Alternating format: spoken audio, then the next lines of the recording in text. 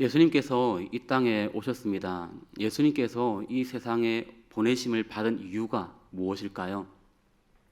누가복음 4장 43절에 근거하면은 하나님의 나라, 즉 복음 전하는 일을 위해서입니다.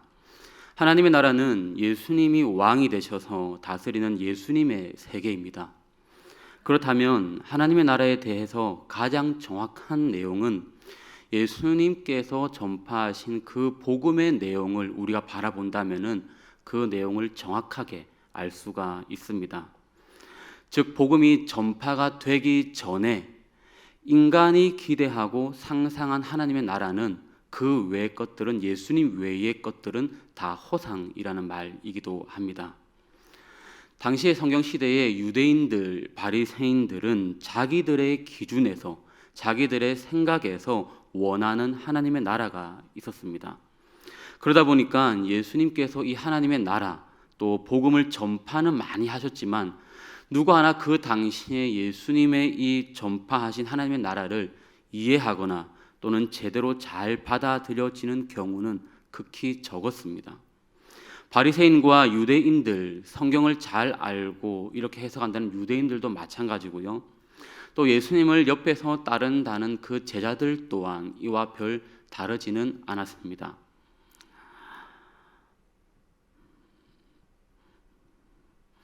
그런 제자들 또한 사람들, 그리고 이 유대인들에게 복음은, 하나님 나라의 이 복음에 대해서 예수님은 계속해서 전파를 하시는데요.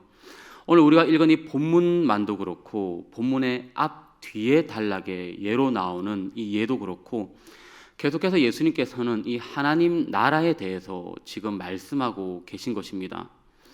오늘 본문 같은 경우는 불과 3절 정도 되는 짧은 말씀인데요. 하나님 나라의 복음에 대해서 이 짧은 말씀을 가지고 뭐라고 말씀을 하십니까? 한마디로 말하면 하나님의 나라는 어린아이와 같은 자, 어린아이와 같이 받아들이지 않는 자는 결단코 거기에 들어가지 못한다, 그렇게 말씀을 합니다. 그렇다면 하나님의 나라는 어린아이와 같이 받아들여진다면 들어갈 수 있다는 건데, 어린아이와 같이 받아들여지는 것이 무엇을 의미하는지 오늘은 이 주일 시간에, 이 시간에 이 그 한 가지 포인트에만 초점을 맞추어서 저와 함께 은혜 나누기를 소원합니다. 먼저 본문의 줄거리는 이렇습니다. 사람들이 예수님이 자신의 어린 아이들을 만져주시기를 바라고 예수님께로 데리고 오는 것에서부터 시작을 합니다. 예수님께서 자기 아이를 만져주시기를 바란 것은 예수님의 축복을 받고자 하는 마음이었을 겁니다. 아마도 요즘으로 치면은 축복기도 이런 정도로 생각을 해보셔도 될 것 같습니다. 당시에 예수님은 많은 기적을 행하신 것으로 소문이 났었고 또한 랍비로도 소문이 났었습니다. 그러한 분이 자기 아이들을 축복을 해준다면은 아이에게 좋은 영향력이 있을 거라고 그렇게 기대했던 것 같습니다. 하지만 그런 모습에 이 옆에 있는 제자들의 반응은 매우 시큰둥합니다. 아이를 데리고 오는 이 사람들을 마냥 꾸짖기만 하는 겁니다. 복음을 전하고 가르치기 위해 바쁘신 예수님에게 이런 하찮은 어린 아이들을 만져달라라는 것은, 축복해달라고 하는 것은 예수님을 너무나도 번거롭게 하는 것으로 생각했기 때문입니다. 즉 이 제자들은 예수님은 이런 하찮은 어린 아이들 정도, 이런 아기들을 만져주는 그런 것보다도 더 중요하고 더 가치 있는 그런 일을 하는 분으로 그렇게 생각했던 것입니다. 이런 행동을 하는 제자들의 사고방식에는, 예수님의 세계에는 어린 아이들은 감히 끼어들 수 없다라고 그런 사고방식이 그들에겐 있었던 겁니다. 왜 그럴까요? 당시의 유대 사회를 바라보게 되면은 당시 유대 사회가 이런 아이들, 또 죄송하지만 여성들, 특히 이 아이들 같은 경우는 무시했기 때문입니다. 인구 조사를 할 때도 이 아이들은 계수에도 들어가지 않았던 인물들입니다. 그래서 오늘 여기에 나오는 이 제자들 또한 어린 아이들을 무시하고 그렇게 책망한 것입니다. 그렇다면 여기에서 잠시 오늘을 살아가는 우리 현대 사회는 이 아이들을 바라보는 관점이 어떨까요? 어린아이를 귀하게 여긴다는 현대 사회이지 않습니까? 그런데 우리들은 어떨까요? 아이를 귀하게 여기는 현대 사회라고 해도 저는 사실 그렇게 별반 다를 거는 없다고 생각을 합니다. 현대 부모들에게 아이는 귀한 존재지만 그렇다고 해서 부모가 아이를 동일한 인격의 존재로 여기지는 않는 것 같습니다. 언제나 아이는 부모의 행동보다 더 옳다고, 아이보다는 부모가 부모의 행동이 더 옳다고 그렇게 생각하고 부모의 가르침을 받아야 할 대상으로만 바라볼 뿐이지, 반대로 부모를 가르칠 수 있는 위치에 있는 존재로는 바라보지는 않습니다. 정작 우리의 말들은 작은 아이에게도 참 배울 게 많다라고 하고 갓난 아이한테도 배울 것이 있다고는 하지만 정작 실상은 그렇지 않는 것이 현실입니다.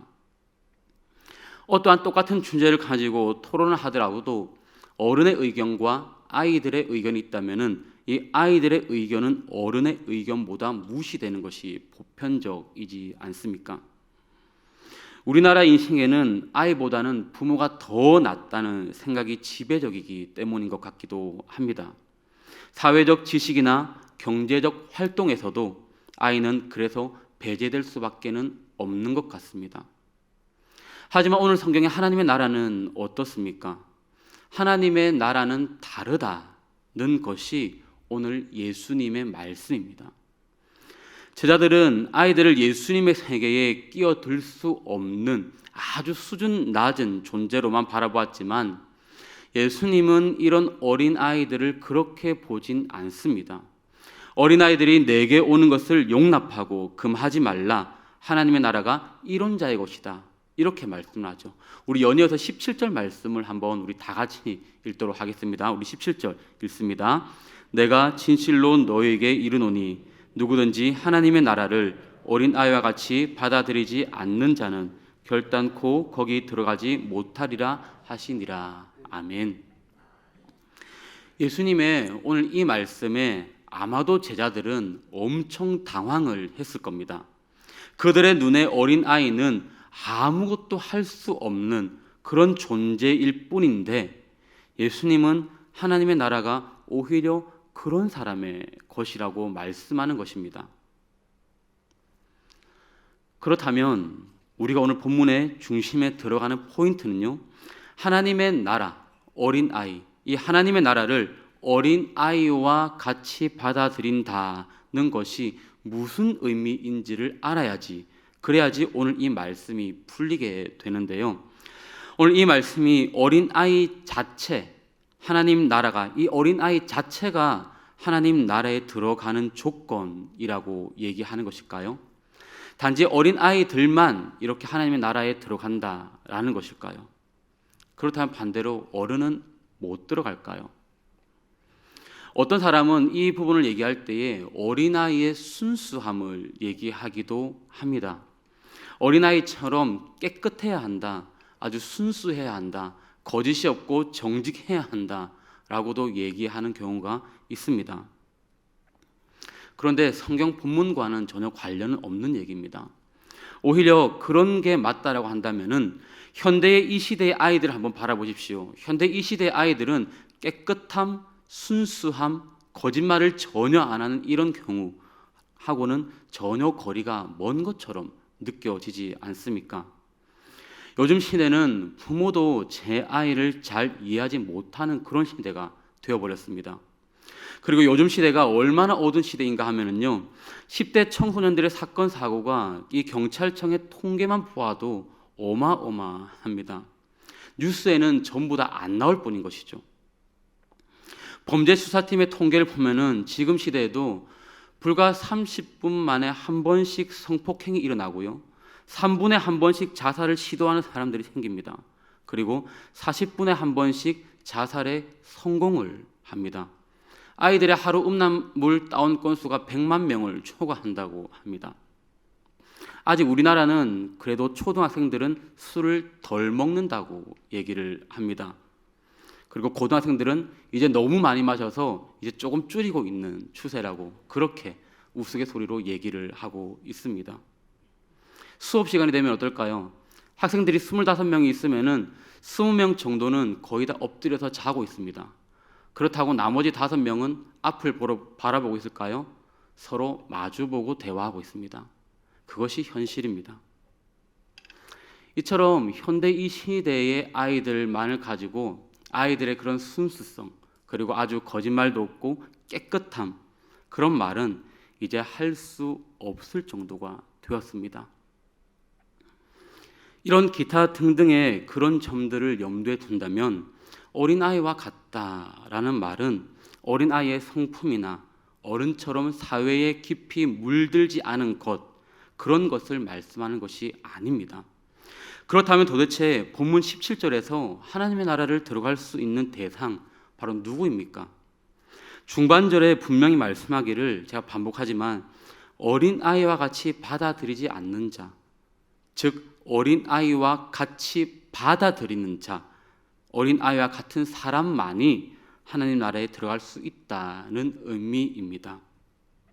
그래서 이 어린아이와 같은 사람이 누구인가 오늘 본문을 한번 유심히 살펴보시면요, 어린아이와 같다는 것은 오늘 본문에 보시면은 이 어린아이는 어른의 손에 이끌려서 주님께 나아오고 있는 것을 먼저 볼 수가 있습니다.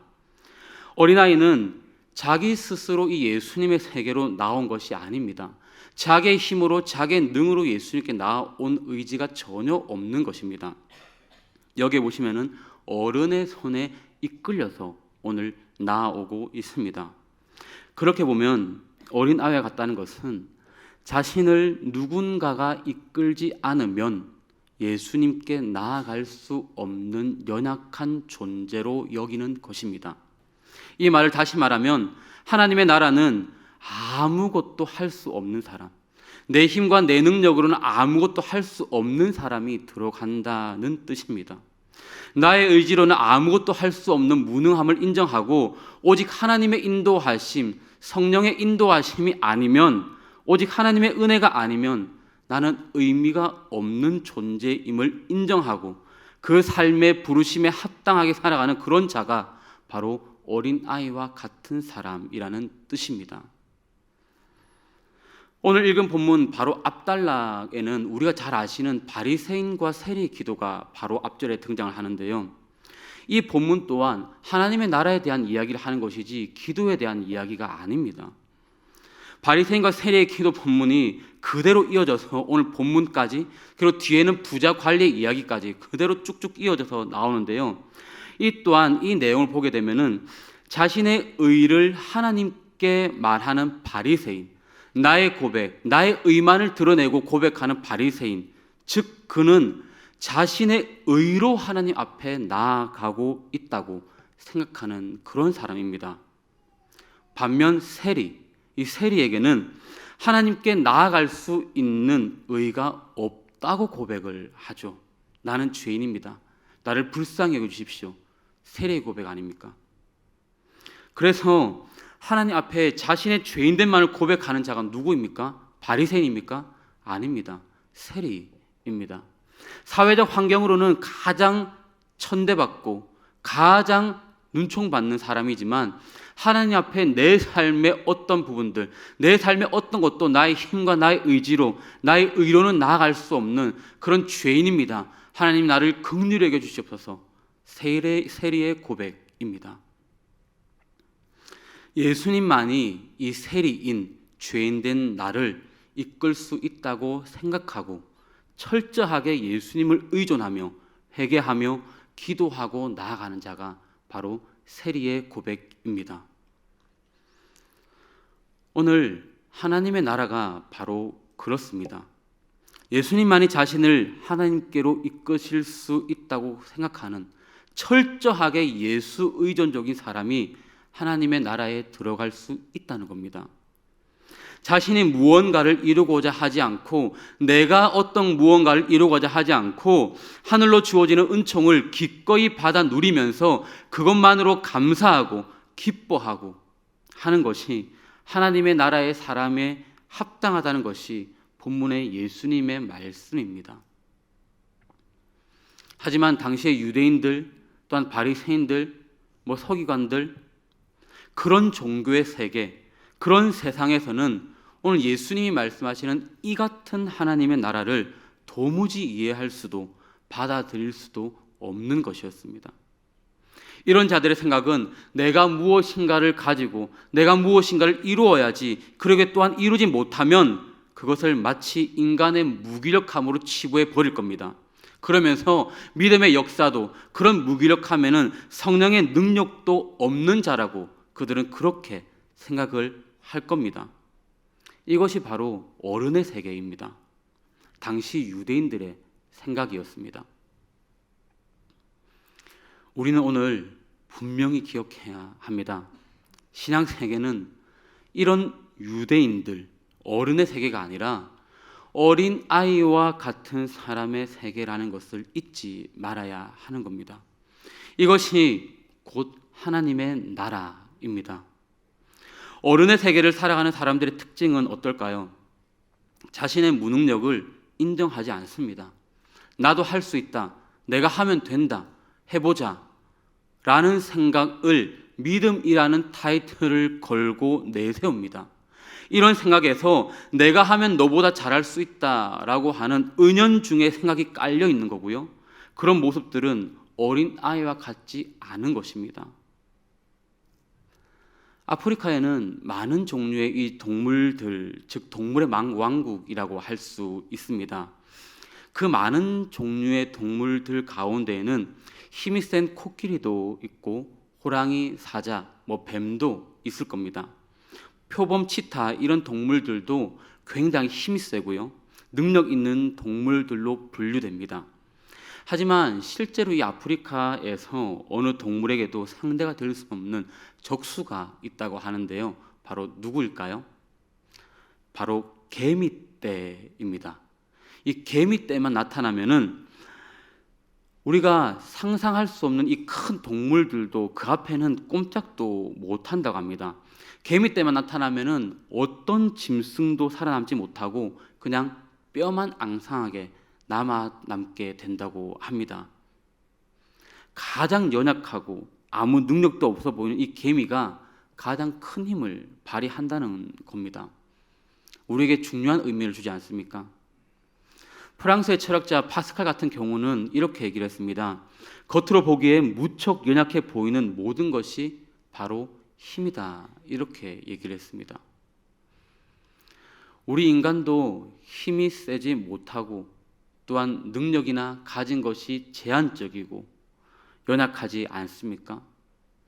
그러나 우리는 그것을 사실 인정하고 싶지 않아 합니다. 나의 부족함을 인정하고 싶지 않아 하고요. 나의 연약함을 인정하고 싶지 않은 것이 우리 사람의 기본 본성이 저 깊은 저면에 깔려 있는 것 같습니다. 오히려 그것이 우리의 자존심이 되어서 더 드러내고 싶어 하는 것이 우리의 모습 아닐까요? 우리는 연약함을 스스로 깨닫고 자신의 힘이나 능력에 의지하는 것이 아니라 오직 하나님을 의지해야 할 뿐입니다. 마태복음 8장 말씀에서도 나병 환자 이야기, 백부장 하인의 그런 질병을 고친 이야기가 나오는데, 이런 자들에게 예수님께서 마태복음 8장에서 분명히 얘기를 하는데요. 예수님께서 어떤 자들을 도우신다, 마태복음 8장에 얘기를 하는데 뭐라고 말씀합니까? 예수님께서 연약한 자의 병을 고쳐주신다고 말씀합니다. 성령께서 연약한 자를 도와주신다고 말씀하는 겁니다. 여기에서 연약한 자의 병을 고쳐주신다라고 할 때는 단지 우리가 영과 육신의 어떤 질병으로 인해서 연약해서 그런 연약한 자, 아픈 자를 고쳐준다라는 의미가 아닙니다. 여기에서 연약한 자를 고쳐주신다, 마태복음 8장 예수님이 말씀하시는 것은 나의 심령에 연약하고 무능함을 인정하고 하나님을 의지하는 자가 바로 연약한 자입니다. 즉 나의 아픔을 하나님께 고백하면서 내 심령의 연약함과 나의 부족함과 나의 무능함을 인정하고 하나님께서 하셔야만이 내 삶 가운데 역사하실 수가 있습니다 라고 그렇게 의지하는 자를 말하는 것입니다. 그래서 스스로 우리가 은연중에 나의 내면 속에서 강하다고 하고 스스로 자신의 능력을 인정하는 사람은 하나님 나라의 주인공 어린 아이처럼 될 수가 없습니다. 본문의 예수님의 말씀에서 드러나는 하나님의 나라는 세상의 그런 개념하고는 전혀 다른 질서, 전혀 다른 가치, 전혀 다른 그런 세계입니다. 때문에 하나님 나라에 대한 이해가 세상 질서와 가치에 빠져 있는 사람에게는 예수님이 오늘 선포하신 이 진짜 하나님의 나라는 그냥 밋밋하고 전혀 매력이 없어 보일 겁니다. 우리는 이런 이유에서라도 하나님 나라는 예수님께서 이끄시지 않으면 우리는 이해할 수 없는 나라이고 우리가 그 나라에 갈 수 없는 그런 나라입니다. 그래서 세상의 손해와 이익의 계산밖에 모르는 오로지 내 이익만을 쫓는 지극히 타산적인 존재들, 그런 우리들을 위해서는 주님은요 지금도 우리를 위해서 움직이고 계신다는 것을 우리가 느껴야 하는 것입니다. 어떻게 움직이고 계실까요? 보이는 것이 전부인 줄 알고 살아가는 육에 속한 우리에게 성령을 보내셔서 하나님 나라에 조금씩 우리가 마음을 두게 하시고 또한 그 나라를 보게 하시면서 갈망하게 하신 것이 바로 성령의 일하심입니다. 성령이 우리를 다스리고 계시는 것이죠.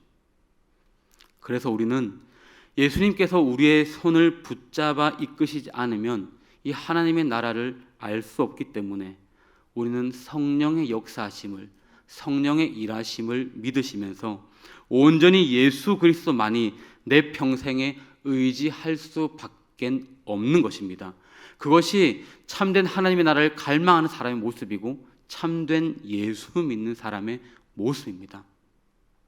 그렇게 평생에 주님만을 의지하며 살아가는 자, 바로 어린아이와 같은 사람입니다. 내 평생에 우린 주님밖에 의지할 게 없습니다.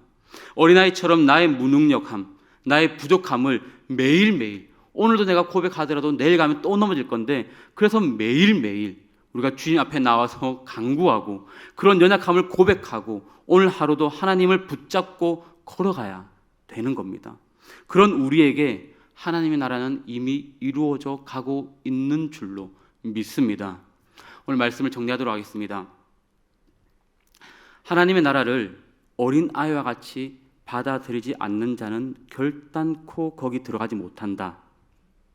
오늘 이 말씀에 따라 어린아이 같은 사람으로 예수님의 이끄심을 믿고 그리고 의지하며 내 삶에 나의 의지로는 아무것도 할 수 없는 무능함을 인정하고 오직 하나님의 인도하심, 오직 하나님의 은혜가 아니면은 나는 의미가 없는 존재임을 인정하는 바로 그것이 어린아이 같은 자입니다. 이것이 삶의 중심이 되어져 있다면은 어쩌면 우리가 살아갈 때에 누가 더 높은지, 내가 더 높냐, 네가 더 높냐 이런 거는 관심이 없는 겁니다. 성경의 제자들의 모습을 한번 보십시오. 예수님의 이 말씀대로 성령 충만, 성령 받은 제자들은 더 이상 누가 높은가에 대한 관심이 없습니다. 거기에 관심을 두지 않게 되는 겁니다. 자신의 할 일에 대해 자랑하지 않고 예수님의 이름만을 높이며 나의 무능함을 인정하고 성령의 역사하시는 대로 예수님의 이끄심을 따라 살게 되는 겁니다. 오늘 이런 삶이 우리에게도 이런 삶의 모습이 일어나야 될 줄로 믿습니다. 하나님께서는 지금도 성령을 통해서 우리에게 일하고 계십니다. 그 일하심을 통해 예수님은 우리로 하여금 하나님의 나라를 알게 하시고 또한 보게 하심으로써 우리의 삶이, 내 삶의 전능력이 하나님의 나라를 증거하는 도구가 되게 하십니다. 그래서 우리를 어린 아이 같은 사람이 되게 하셔서 섬김과 겸손과 그리고 용서와 또한 희생이라는 예수님이 가신 그 길로 우리를 인도하실 것입니다. 그런 성령의 인도하심을 기대하고 또한 사모하시면서 이번 한 주간의 삶도 정말 어린 아이와 같이 나의 무능함을 인정하시고 성령께 맡기며 나아갈 때 성령이 내 삶을 이끄시는 놀라운 은혜들로 가득한 복된 한 주간의 삶이 여러분들의 삶의 한 주간 다 되시기를 주님의 이름으로 축복합니다. 우리 기도하겠습니다. 살아계신 아버지 하나님, 하나님의 나라는 우리가 그 오묘한 은혜, 그 깊은 은혜를 우리가 다 알 수 없습니다. 하지만 그를 위해서 성령께서 오늘도 우리의 삶에 역사하시고 도와 인도하신 줄 믿습니다. 오늘도 우리의 연약함을 인정하고 성령께 맡기며 내 삶을 나아가오니 성령께서 우리의 삶 가운데 온전히 이끄시는 놀라운 은혜들로 가득한 복된 한 주간 다 되게 하여 주옵소서. 예수님의 이름으로 기도합니다. 아멘.